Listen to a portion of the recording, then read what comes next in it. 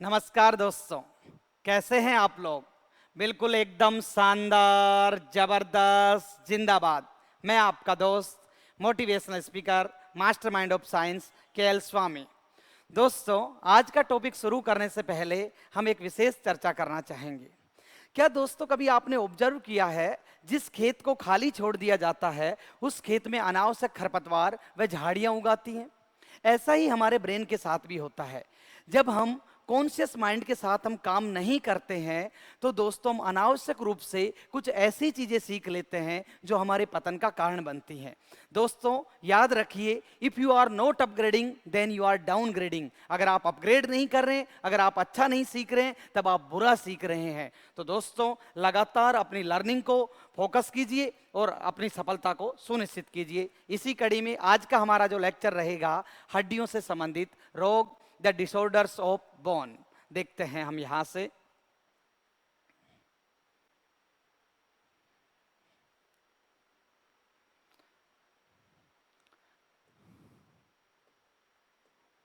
हड्डियों से संबंधित रोग।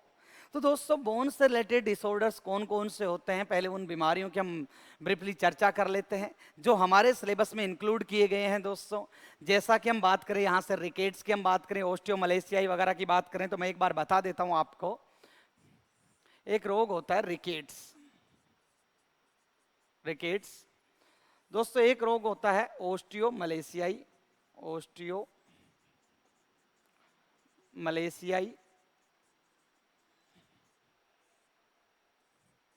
एक रोग होता है ओस्टियोपोरोसिस। जो मेनली हमसे पूछे जाते हैं उनको हम यहां पे इंक्लूड कर रहे हैं, ओस्टियोपोरोसिस। एक रोग होता है ऑर्थराइटिस। ऑर्थराइटिस बोल दें या दोस्तों इसको बोलते हैं ऑर्थराइटिस। एक रोग होता है गाउट या गठिया रोग। गाउट या गठिया रोग मेनली हमसे यही पूछे जाते हैं। दोस्तों आप किसी भी लेवल के एग्जाम की आप तैयारी कर रहे हैं या किसी एकेडमिक एग्जाम की आप तैयारी कर रहे हैं, मेनली बोन से रिलेटेड डिसऑर्डर यही पूछे जाते हैं। अब यहां से हम बात करें, इनके अलावा भी हम यहां पे बात कर सकते हैं। फ्रैक्चर क्या होते हैं इनकी हम बात करेंगे, फ्रैक्चर वगैरह की हम बात कर सकते हैं। दोस्तों बोन का डिसलोकेशन क्या होता है इसकी अब हम बात कर सकते हैं, बोन डिसलोकेशन। हाँ याद रहे दोस्तों, जो लोग हैं यहां से हम बात करें बोन डिसलोकेशन। डिसलोकेशन जिन लोगों ने हमारे पिछले लेक्चर्स नहीं देखे हैं, पूरे लेक्चर्स आप देखिए, आपको एक ब्रेन में इमेज बनेगी। स्केलेटन सिस्टम बिल्कुल जीरो से लेकर अच्छे लेवल तक आपको मिलेगा। हाँ याद रहे, आगे के जो हमारे आगामी सभी लेक्चर्स रहेंगे वो हर लेक्चर कम से कम 1 घंटे का रहने वाला है। आपको जो भी टॉपिक पढ़ने को मिलेगा बिल्कुल जीरो लेवल से टॉप लेवल तक देखने को मिलेगा। तो ये चीजें हम यहां से देखेंगे। तो वन बाय वन हम देखते हैं। यहां से पहले हम देखेंगे रिकेट्स डिजीज क्या होती है। दोस्तों रिकेट्स जो बीमारी है आपको मैं बता दूं, ये बच्चों में होने वाली बीमारी है। मेनली रिकेट्स हड्डियों से संबंधित रोग है। पहला क्वेश्चन, बच्चों में होने वाला रोग है। बच्चों में क्यों होता है इस बात की अगर हम चर्चा करना चाहें तो विटामिन डी की कमी से बच्चों में होता है। कौन सा रोग? रिकेट्स। कैसे होता है इस बात के ऊपर हम चर्चा करते हैं। तो देखिए हम यहां से, दोस्तों विटामिन डी का जो कार्य होता है, विटामिन डी जिसको कहा जाता है कैल्सीफेरोल। विटामिन डी का जो रासायनिक नाम है वो क्या होता है? कैल्सीफेरोल। तो विटामिन डी का जो कार्य होता है, हड्डियों में कैल्शियम का जमाव। हड्डियों में कैल्शियम का जमाव। और जब हड्डियों में कैल्शियम का जमाव होगा तो दोस्तों हड्डियां क्या बनती हैं? मजबूत बनती हैं। हड्डियां क्या बनती हैं? मजबूत बनती हैं। इज इट क्लियर और नो? ये आप चाहो तो स्क्रीनशॉट ले सकते हैं इस बात का। हमने कहा विटामिन डी जिसे कैल्सीफेरोल भी कहा जाता है, इसका संबंध हड्डियों से होता है, अर्थात हड्डियों में कैल्शियम का जमाव करवा के हड्डियों को क्या करता है? मजबूत करता है। अब हमने क्या देखा कि बच्चों में विटामिन डी की अगर कमी हो जाएगी तो हड्डियों में कैल्शियम का जमाव भी क्या हो जाएगा? कम हो जाएगा। और हड्डियां मजबूत के बजाय कैसी बनेंगी? कमजोर बनेंगी। तो ये बात हम यहां से देखने वाले हैं कि आखिर यहां पे होगा क्या। दोस्तों कि बच्चों में क्या बोला हमने, विटामिन डी की क्या आ गई, कमी आ गई। डी की कमी को मैं नीचे एरो से दिखा रहा हूं। विटामिन डी की क्या आई, कमी। तो विटामिन डी की कमी तो हड्डियों में क्या कम हुआ, कैल्शियम कम। हड्डियों में कैल्शियम का जमाव क्या हो गया, कम। और हड्डियों में कैल्शियम का जमाव कम तो हड्डियां क्या बनेंगी, कमजोर। हड्डियां कमजोर, और कमजोर हड्डियों वाला शरीर बिल्कुल दुबला पतला, बिल्कुल पतली पतली हड्डियां, तो हम बोलेंगे ये बिल्कुल सूखा शरीर हो चुका है, तो इसको बोलते हैं सूखा रोग। तो हम बोलेंगे हड्डियां कमजोर व दुर्बल। हमने बोल दिया कैसा शरीर, सूखा शरीर। और सूखा शरीर की वजह से हमने इसको बोल दिया सूखा रोग। याद रहे, बच्चों में होगा, विटामिन डी की कमी से होगा, हड्डियां कमजोर हो जाएंगी। तो देखना, रिकेट्स डिजीज को हम देखें तो रिकेट्स को सूखा रोग भी कहा जाता है। बच्चों में विटामिन डी की कमी से होने वाला रोग है। विटामिन डी या कैल्सीफेरोल की कमी से हड्डियों में कैल्शियम का जमाव नहीं होता है और हड्डियां क्या होने लग जाती हैं, कमजोर। तो ये मोटे मोटे रूप से हम याद रख सकते हैं किसके बारे में, रिकेट्स के बारे में। अगर आप रिकेट्स के बारे में और जानकारी लेना चाहते हैं तो दोस्तों बताते हैं हम,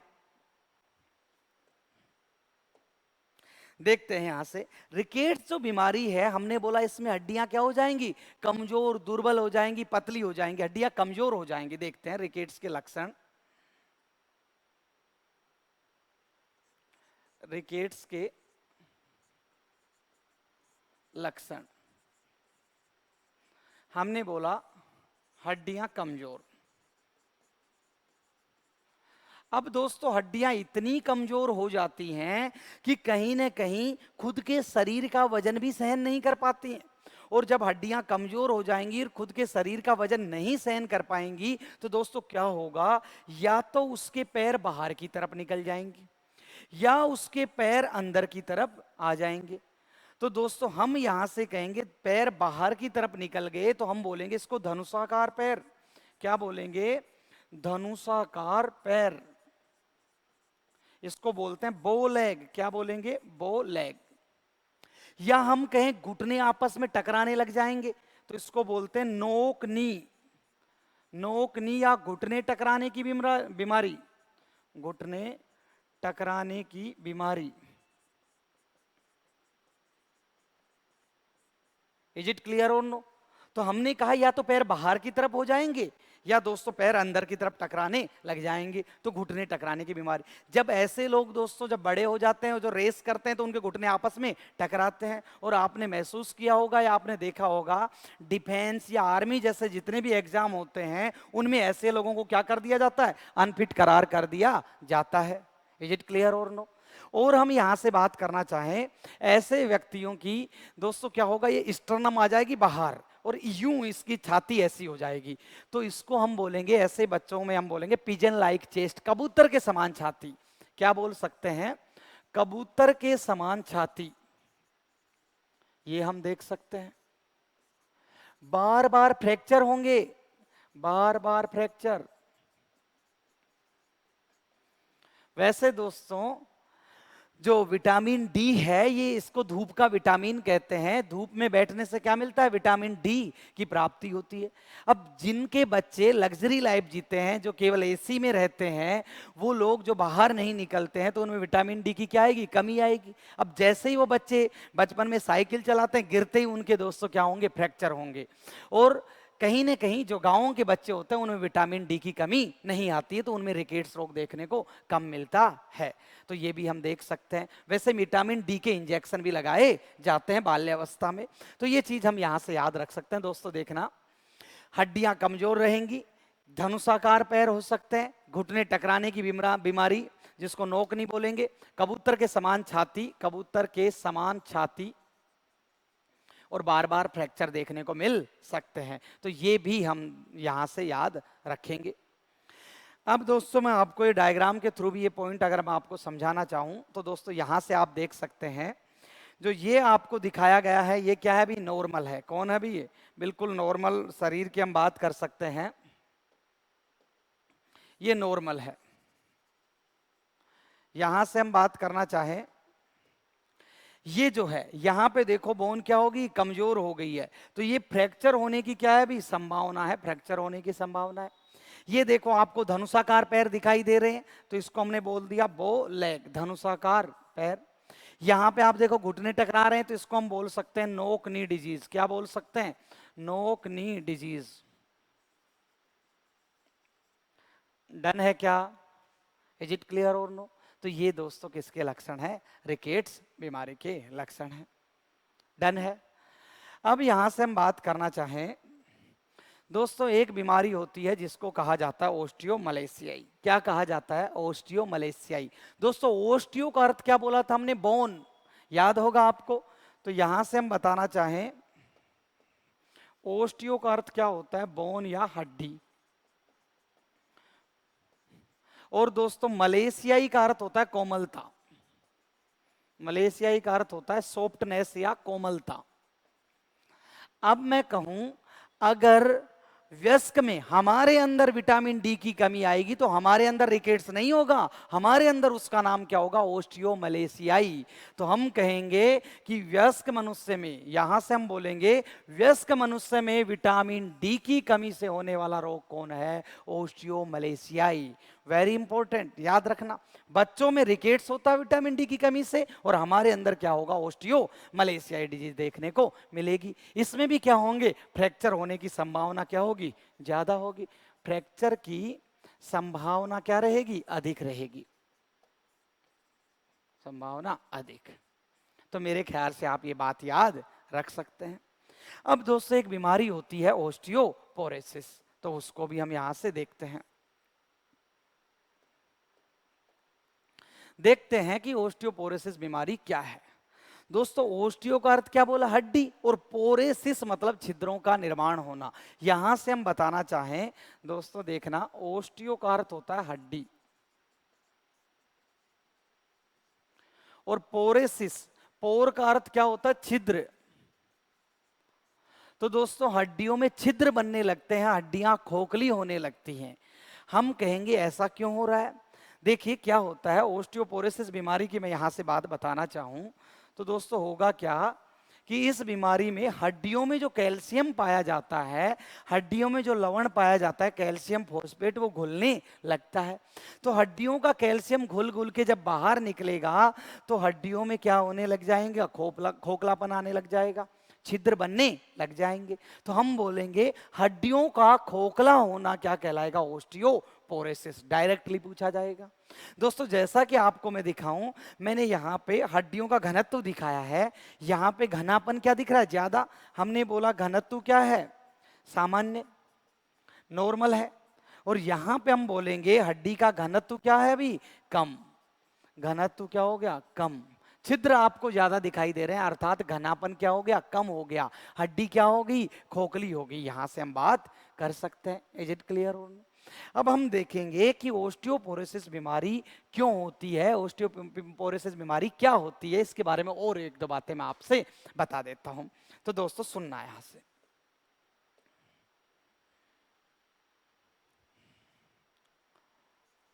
ओस्टियोपोरोसिस,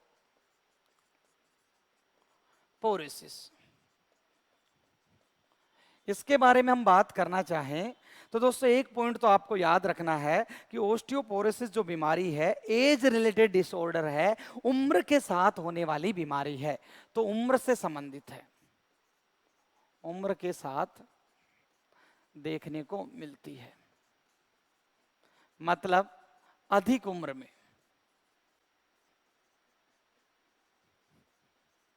अधिक उम्र में, एक तो ये पॉइंट हम यहां से कह सकते हैं। Age related disorder. और हमने क्या बोला इस बीमारी में? हमने देखा कहीं ना कहीं हड्डियों का घनत्व क्या होगा? कम होगा। हड्डियों का घनत्व कम होगा इसमें। कई बार बोल दिया जाता है बोन का मास कम हो जाता, द्रव्यमान कम होता है। बोन मास, बोन मास बोले तो द्रव्यमान कम हो जाएगा, ये देखने को मिल सकता है। इज इट क्लियर और नो? और जैसे ही हड्डी खोखली होंगी तो इसमें भी क्या बोलेंगे हम? फ्रैक्चर्स की संभावना क्या होगी? अधिक होगी। फ्रैक्चर की संभावना क्या होगी? अधिक होगी। संभावना अधिक होगी। अब दोस्तों कुछ अच्छे लेवल के क्वेश्चंस हैं जो हम बात करें आरएएस, यूपीएससी या पीएमटीज वगैरह में पूछे जाते हैं, और आपको भी जनरली आजकल लेवल बढ़ गया है, पूछ लिए जाते हैं। तो यहाँ से हम बात करते हैं कि ओस्टियोपोरोसिस बीमारी में किन हार्मोन्स का रोल होता है। इस बात को समझाने के लिए मैं एक दो बात आपसे बताता हूँ। दोस्तों मुझे एक बात बताइए, महिलाओं में जब मासिक चक्र की शुरुआत होती है तो उसे क्या कहा जाता है? उसे कहा जाता है रजो दर्शन या मीनार्क कहा जाता है। दोस्तों सुनना, एक होती है मासिक चक्र की शुरुआत, मासिक चक्र की शुरुआत। दोस्तों मासिक चक्र को इंग्लिश में बोलते हैं मेंसुरेशन साइकिल। तो मासिक चक्र की शुरुआत होती है महिलाओं में लगभग 12 से 14 वर्ष की उम्र में, और जिस समय मासिक चक्र की शुरुआत होती है इस कंडीशन को बोला जाता है मीनार्क। क्या बोलते हैं? मीनार्क या रजो दर्शन। रज का क्या हो गया अभी? दर्शन हो गया, इसको बोल दिया रजो दर्शन। अब मासिक चक्र की जब एंडिंग होती है, मासिक चक्र जब रुकता है तो लगभग 45 से 50 की उम्र में रुकता है। तो मासिक चक्र की समाप्ति तो ये कब देखने को मिलती है आपको? लगभग हम बात करें 45 से 50 की उम्र में, और 45 से 50 की उम्र में हम बात करें इस कंडीशन को कहा जाता है मीनापोज। क्या बोला जाता है? मीनापोज, या इसको हम कहेंगे रजो निवर्ती। अरे जैसे सेवा निवर्ती होती है वैसे ही क्या होगी? रज से निवर्ती होगी। तो ये हम देखने को मिलते हैं। दोस्तों ये मैं क्यों बता रहा हूं, यहां पे एक बहुत इंपॉर्टेंट क्वेश्चन है कि क्या होता है जब महिलाओं में मीनापोज आता है, रजो निवर्ती आती है, उस समय ओस्टियोपोरोसिस की संभावना बढ़ जाती है। क्यों बढ़ जाती है उसका कारण मैं बताता हूं। मीनापोज या हमने बोला रजो निवर्ती के समय, रजो निवर्ती के समय क्या देखने को मिलेगा कि महिलाओं में जो हार्मोन होते हैं, प्रोजेस्टेरोन होता है और एक कौन सा होता है? एस्ट्रोजन। महिलाओं के जो लिंग हार्मोन प्रोजेस्टेरोन और एस्ट्रोजन को कहा जाता है। इनमें से क्या होगा? जो एस्ट्रोजन नामक हार्मोन है, एस्ट्रोजन हार्मोन जो है इसका लेवल गिरने लग जाएगा। लेवल क्या हो जाएगा? कम हो जाएगा। कब? मासिक चक्र की जब एंडिंग होगी, मीनापोज के समय, रजोनिवर्ती के समय एस्ट्रोजन हार्मोन क्या होगा? कम। तो भी इससे क्या हो गया? जैसे ही एस्ट्रोजन हार्मोन कम होगा तो हड्डियों से दोस्तों कैल्शियम बाहर निकलने लगेगा। अब मुझे एक बात बताओ, हड्डियों से कैल्शियम बाहर निकलेगा और कैल्शियम बाहर निकलेगा तो हम क्या बोलेंगे? हड्डियां क्या होंगी? खोखली होंगी। हड्डियां क्या होंगी? खोखली। हड्डियां खोखली होने लगेंगी, और हड्डियां खोखली होने लगेंगी तो इस बात को क्या कहा था? ओस्टियोपोरोसिस। क्या कहा? ओस्टियोपोरोसिस। तो मेरे ख्याल से आप इस बात को समझ पा रहे हैं। ओस्टियोपोरोसिस देखेंगे, इज इट क्लियर और नो? डन है मेरे ख्याल से। अब हम बात करें, नो डाउट केवल महिलाओं में ये रोग नहीं होता है दोस्तों, पुरुषों में भी होता है। बात करेंगे पुरुषों में कब होता है, लेकिन महिलाओं में 45-50 की उम्र में हड्डियों से संबंधित रोग बढ़ने लगते हैं, क्योंकि दोस्तों एस्ट्रोजन का हार्मोन कम होने लगता है, हड्डियों से कैल्शियम बाहर निकलने लगता है, अर्थात ओस्टियोपोरोसिस बीमारी की संभावनाएं बढ़ जाती हैं। इज इट क्लियर और नो? डन है क्या? इस बात को दोस्तों मैं यहां पे भी आपको दिखा देता हूं। देखना, महिलाओं में 45-50 की उम्र में मासिक चक्र रुक जाता है। ये मीनापोज जिसको हम बोलते हैं, एस्ट्रोजन हार्मोन का लेवल गिर जाता है, जिसकी वजह से हड्डियों से कैल्शियम घुलने लगता है, हड्डियां खोखली होने लगती हैं। दोस्तों हड्डी कितनी खोखली हुई इस बात की भी जांच होती है। हड्डी में घनत्व कितना कम हुआ, अर्थात बोन में मिनरल, बोन में लवण कितना है, तो दोस्तों हम उसकी जांच किससे करते हैं? BMD test, bone mineral density test. तो हड्डियों में लवण की जांच हो जाती है, हड्डियों में घनत्व की जांच भी हो जाती है। इज इट क्लियर और नो? तो हमने यहां से देखा एस्ट्रोजन नामक हार्मोन के लेवल गिरने से क्या हो जाता है? ओस्टियोपोरोसिस। चलो और बात हम यहां से देखते हैं। तो दोस्तों हम यहां से बात करें, एक अन्य हार्मोन है जिसको बोलते हैं पैराथार्मोन। क्या बोलते हैं? पैराथार्मोन। एक अन्य हार्मोन जिसको पैराथार्मोन या पीटीएच हार्मोन बोलते हैं। जैसा कि नाम से ही स्पष्ट है, पैराथार्मोन मतलब पैराथायराइड ग्रंथि से निकलने वाला हार्मोन। अब पैराथार्मोन क्या काम करता है दोस्तों? ये काम करता है कि हड्डियों से कैल्शियम निकालकर किस में डालता है दोस्तों? हड्डियों से कैल्शियम निकालकर ब्लड में डालता है। किस में डालेगा? ब्लड में डालता है। ब्लड में कैल्शियम की कमी नहीं आने देता कौन? पैराथार्मोन। अब मुझे एक बात बताओ, यदि क्या हो रहा है, पैराथार्मोन क्या हो रहा है? बढ़ रहा है।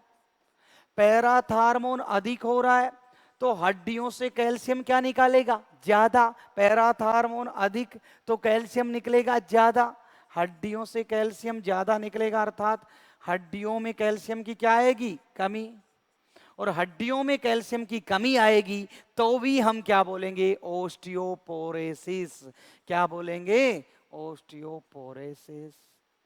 क्या आप समझ पा रहे हैं यहां पे? तो दोस्तों एक अन्य हार्मोन है पैराथार्मोन, वो भी ओस्टियोपोरोसिस के लिए क्या जिम्मेदार रहता है? तो पैराथार्मोन की अधिकता से भी ओस्टियोपोरोसिस हो सकता है। याद रहे हमने क्या बोला है? एस्ट्रोजन की तो क्या कमी, एस्ट्रोजन हार्मोन की कमी और पैराथार्मोन की अधिकता। बहुत इंपॉर्टेंट, पैराथार्मोन की अधिकता दोनों ही किस चीज के लिए जिम्मेदार हैं? ओस्टियोपोरोसिस के लिए जिम्मेदार हैं। डन है क्या? मेरे ख्याल से ओस्टियोपोरोसिस से रिलेटेड, भले ही आप आरएएस मेंस लिख रहे हैं या दोस्तों डिस्क्रिप्टिव लिखें या कोई ऑब्जेक्टिव लिखें, पूरी बात आप समझ गए होंगे। ओस्टियोपोरोसिस मतलब हड्डियों का खोखला होना। महिलाओं में लगभग 45 से 50 की उम्र में ये रोग ज्यादा देखने को मिलता है, 45-50 की उम्र के बाद। डन है? इज इट क्लियर और नो? अब दोस्तों मैं आपको एक पॉइंट बताता हूं। पुरुषों में भी 45-50 की उम्र में रक्त से रिलेटेड बीमारियां बढ़ जाती। कैसे? जैसे रक्त परिसंचरण करता है, ब्लड सर्कुलेट करता है, तो उसमें दिक्कतें आने लगती हैं। जब पुरुष 45-50 की उम्र में आते हैं तो कोलेस्ट्रॉल का लेवल बढ़ने लगता है, और जैसे जैसे बॉडी में कोलेस्ट्रॉल बढ़ेगा तो ब्लड के फ्लो में दिक्कतें आने लग जाएंगी। भाई पाइपलाइन के अंदर जैसे शैवाल जम जाते हैं, ऐसे कोलेस्ट्रॉल जमेगा तो रक्त के बहने में दिक्कतें आएंगी, अर्थात हार्ट से रिलेटेड दिक्कतें आने लगती हैं। इज इट क्लियर और नो? अब दोस्तों क्या हुआ, एक लड़की एक दिन मेरे पास आती है और आकर क्या बोलती है कि अरे तुम पुरुषों का भी कोई जीने में जीना है। मैंने कहा बात क्या है? पूरे पुरुष समुदाय को बदनाम मत कर, जो बात है डायरेक्ट बात कर। तो उसने कहा कि पुरुष लोगों में क्या होता है, 45-50 की उम्र आई नहीं और हार्ट अटैक आया और वो चल बसे दुनिया से। बात यार ईगो पे लग गई। हमने भी कहा यार हम पुरुष लोग यार जीते हैं तो शान से जीते हैं, तो मरते हैं तो शान से मरते हैं। मैंने कहा हम तुम्हारी तरह थोड़े ही हैं कि 45-50 की उम्र आई नहीं, ओस्टियोपोरोसिस बीमारी शरीर में आई नहीं, कभी ये हड्डी टूटी कभी ये हड्डी टूटी, रेंगते रहो जिंदगी भर। मैंने कहा हम शान से मरते हैं। दोस्तों ईगो पे आने की जरूरत नहीं है, और ना ही मैं फीमेल को क्रिटिसाइज कर रहा हूं, ये जस्ट फॉर जोक था। चलो यहां से हम बात करेंगे। तो ये थी हमारी ओस्टियोपोरोसिस बीमारी। अब यहां से हम बात करना चाहें, एक बीमारी है दोस्तों ऑर्थराइटिस। ऑर्थो का अर्थ क्या बोला था हमने? जॉइंट, और आइटिस का अर्थ होता है सूजन। पूरी बायोलॉजी में जहां जहां ऑर्थो वर्ड आएगा हम क्या वर्ड बोलेंगे? ऑर्थो का अर्थ क्या देखेंगे हम दोस्तों? जॉइंट। ऑर्थो मीन्स क्या था? जॉइंट। और आइटिस जहां जहां आएगा हम क्या बोलेंगे? सूजन। सूजन। तो आपको याद रखना, ऑर्थराइटिस मतलब जॉइंट्स में क्या आ जाएगी? सूजन आ जाएगी। कैसे आ जाएगी भी देखते हैं यहां से। क्या होता है, कई बार चोट लगने से या किसी प्रकार के संक्रमण से, आपने देखा हो, ये दोस्तों क्या है, हम यहां से बात करें, ये हमारा क्या है भाई? जॉइंट है। और जॉइंट के ऊपर याद करो मैंने बताया था यहां पे क्या भरा रहता है? साइनोवियल द्रव। और ये कौन सी झिल्ली थी? Synovial membrane. तो इस झिल्ली से क्या निकलने लगता है? साइनोवियल द्रव निकलने लगता है। अब जैसे जैसे ये द्रव निकलेगा तो वैसे वैसे इस जॉइंट के ऊपर प्रेशर बढ़ने लग जाएगा और जिसकी वजह से जोड़ों में क्या होगा? दर्द होगा। तो ऑर्थराइटिस को जोड़ों का दर्द कहा जाता है। दोस्तों कई बार ऐसा भी होता है कि ये जो हड्डियां हैं बढ़ने लगती हैं। अब जैसे जैसे हड्डी बढ़ेगी तो साइनोवियल द्रव आवश्यकता से कम भी होने लगता है, तो उससे हड्डियां आपस में टकराने लगती हैं। तो ये भी क्या है? ऑर्थराइटिस है। तो याद रखेंगे। इज इट क्लियर और नो? डन है मेरे ख्याल से। तो ये बात हमने यहां से की। दोस्तों पिछले लेक्चर में हमने ये बात कर ली थी कि ऑर्थोलॉजी किसको कहते हैं, ऑर्थोपेडिक किसको कहते हैं। ऑर्थो का अर्थ जॉइंट और लॉजी का अर्थ अध्ययन, जॉइंट्स का अध्ययन ऑर्थोलॉजी। ऑर्थोपेडिक दोस्तों संधियों का जो डॉक्टर होता है ऑर्थोपेडिक। आपने देखा होगा डॉक्टर को, जो हड्डियों के डॉक्टर को क्या बोलते हैं? ऑर्थोपेडिक बोला जाता है। Is it clear? ये बात भी हम यहां से ध्यान रखेंगे। एक अतिरिक्त पॉइंट है, एक बीमारी होती है दोस्तों गाउट, या जिसको बोला जाता है गठिया रोग। क्या बोलते हैं? गाउट या गठिया रोग। याद रहे, वैसे हमारी जो किडनी होती है मूत्र के द्वारा जो अपशिष्ट पदार्थ उनको शरीर से बाहर करती रहती है, जैसे यूरिया मुख्य रूप से या यूरिक अम्ल वगैरह इनको बाहर कर देती है। लेकिन क्या होता है, कभी कभी हमारी जो किडनी है प्रॉपर रूप से फंक्शन नहीं कर पाती है। उस समय क्या होगा? हमारे ब्लड में क्या बढ़ने लग जाएगा दोस्तों? यूरिक अम्ल बढ़ने लग जाएगा। और ये यूरिक जो अम्ल है, यहां से हम कहें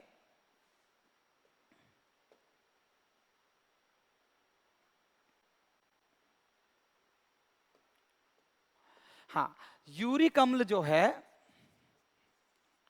ये क्या होता है? हड्डियों के जॉइंट्स पर जाके जमने लगता है। ये जो यूरिक अम्ल बढ़ेगा ये हड्डियों की जॉइंट्स पर जाके जमने लगता है, यहां पे जमा होने लग जाएगा, जैसे हमने बात की। तो क्या बोला हमने कि यूरिक अम्ल हमारे जॉइंट पे जैसे ही जमने लगेगा तो ये जॉइंट की गति क्या हो जाएगी? बाधित हो जाएगी। और कभी कभी तो अगर लंबे समय तक इस चीज का इलाज नहीं करवाया तो जॉइंट में मूवमेंट होना भी क्या हो जाएगी दोस्तों? बंद हो जाएगी। तो याद रहे, गठिया या गाउट रोग डायरेक्टली पूछा जाए तो याद रखना, जॉइंट्स के स्थान पर यूरिक अम्ल का क्या होगा? जमाव। जॉइंट्स के स्थान पर यूरिक अम्ल का क्या होगा? जमा होगा। Very important. डन है? तो ये बात भी हम यहां से देख सकते हैं। अब यहां से हम अतिरिक्त बात करना चाहें, जैसा कि दोस्तों हमने बात की थी, हमने बोला एक्सरे क्या होता है, इसके बारे में थोड़ा सा बता देता हूं दोस्तों। एक्सरे को हम अलग से भी पढ़ेंगे, एक्सरेज क्या होती हैं फिजिक्स में हम पढ़ेंगे। दोस्तों आपने देखा होगा, या तो फ्रैक्चर जो होते हैं, या तो हड्डी अपने आप कमजोर होगी उससे हो सकते हैं, जैसा कि हमने अभी पढ़ा, या कई बार एक्सीडेंट में हड्डी टूट जाती है उससे भी क्या हो जाते हैं? भी फ्रैक्चर हो जाते हैं। अब डॉक्टर क्या करता है कि कौन सी हड्डी टूटी इस बात का पता लगाने के लिए क्या करवाता है? एक्सरे करवाता है। तो एक्सरे में क्या होगा? जो एक्सरे जो होता है दोस्तों, बिल्कुल शेयर और सब्सक्राइबर तो आप करते ही रहिए। एक्सरे जो होता है ये जो कोमल उत्तक है इनको पार कर लेता है। कोमल उत्तकों को क्या कर देता है? आर पार कर देता है, को आर पार कर देता है। और बोन जो है दोस्तों, बोन को आर पार नहीं करता है। और बोन को जब आर पार नहीं करेगा तो बोन की क्या दिखाता है? इमेज दिखाता है। बोन की इमेज दिखाता है, इमेज दिखाता है। अब डॉक्टर को पूरे के पूरे स्केलेटन का पता है कौन सी हड्डी कहां और कैसी है, उसको देख के पता लगा लेता है कौन सी हड्डी में फ्रैक्चर है। डन है क्या? जैसा कि एक्सरे आपके सामने एक दिखाया गया है, तो मेरे ख्याल से आप ये बात याद रखेंगे। अब क्या होगा, जैसे मान लो कोई हड्डी टूट गई, तो हड्डी टूट जाने के बाद क्या होता है दोस्तों? उसके ऊपर हड्डी को जॉइंट किया जाता है या रोड डाली जाती है। अगर मेजर फ्रैक्चर है तो दोस्तों उस समय क्या डाली जाती है? रोड डाली जाती है। मेजर जो फ्रैक्चर होते हैं उसमें क्या डालते हैं दोस्तों? रोड डालते हैं। और ये जो रोड होती है सामान्यतः किसकी डाली जाती है? या तो स्टील की होती है या हम बात करें टाइटेनियम की होती है। टाइटेनियम की होती है। ये भी आप यहां से याद रख सकते हैं। डन है क्या? इज इट क्लियर और नो? इसके अतिरिक्त हम बात करना चाहें दोस्तों यहां से, तो हम कह सकते हैं कि जब बोन फ्रैक्चर होते हैं तो उसके बाद ये बोन का जॉइंट प्रॉपर हो सके तो उसके लिए हम क्या करते हैं, प्लास्टर ऑफ पेरिस की लेयर भी चढ़ाते हैं। तो देख लेते हैं एक बार, ये जो है दोस्तों क्या है, प्लास्टर ऑफ पेरिस। आपने देखा होगा कि डॉक्टर एक सीमेंट जैसा एक आवरण चढ़ा देता है जब बोन का फ्रैक्चर होता है, उसको बोलते हैं प्लास्टर ऑफ पेरिस। डन है। चाहो तो इसका सूत्र बता देता हूं, वैसे केमिस्ट्री में पूरा हम पढ़ेंगे। इसको बोला जाता है कैल्शियम सल्फेट हेमीहाइड्रेट। मतलब हेमी का अर्थ होता है दोस्तों आधा। कैसे हम बात करें, कैल्शियम सल्फेट और आधा जल का अणु होता है किसमें भी, प्लास्टर ऑफ पेरिस में। और जैसे ही इसमें हम पानी मिलाते हैं दोस्तों, इसके बाद अपन बात करेंगे तो एक बार ये क्या हो जाता है दोस्तों, घुल जाता है, जल इसमें जुड़ जाता है और उसके बाद सूखने पर वापस से क्या हो जाएगा भी, कठोर हो जाता है। पूरी हम बात करेंगे कि कैल्शियम सल्फेट और आधे जल के अणु को तो क्या बोलते हैं, प्लास्टर ऑफ पेरिस। केमिस्ट्री में बात करेंगे जिप्सम में 2 जल के अणु जुड़ जाएंगे। पूरी हम चीजें देखेंगे। डन है क्या? तो दोस्तों ये था हमारा आज का लेक्चर। अब लगातार आप शेयर कीजिए, सब्सक्राइब कीजिए, और अगर आप जितना अंगेज दिखाएंगे पूरे के पूरे दोस्तों, हम बात करें बायोलॉजी हो, केमिस्ट्री हो, फिजिक्स हो, बिल्कुल यूनिक लेवल पे हम आपको एक्सप्लेन करेंगे। हमारा दावा है कि आपको 100% कंटेंट मिलेगा बिना किसी एरर के। किसी भी आप एग्जाम की तैयारी करें, ऑल इंडिया बेस्ट कंटेंट हम आपको प्रोवाइड कर रहे हैं। तो ऑल दी बेस्ट। जय हिंद, जय भारत दोस्तों।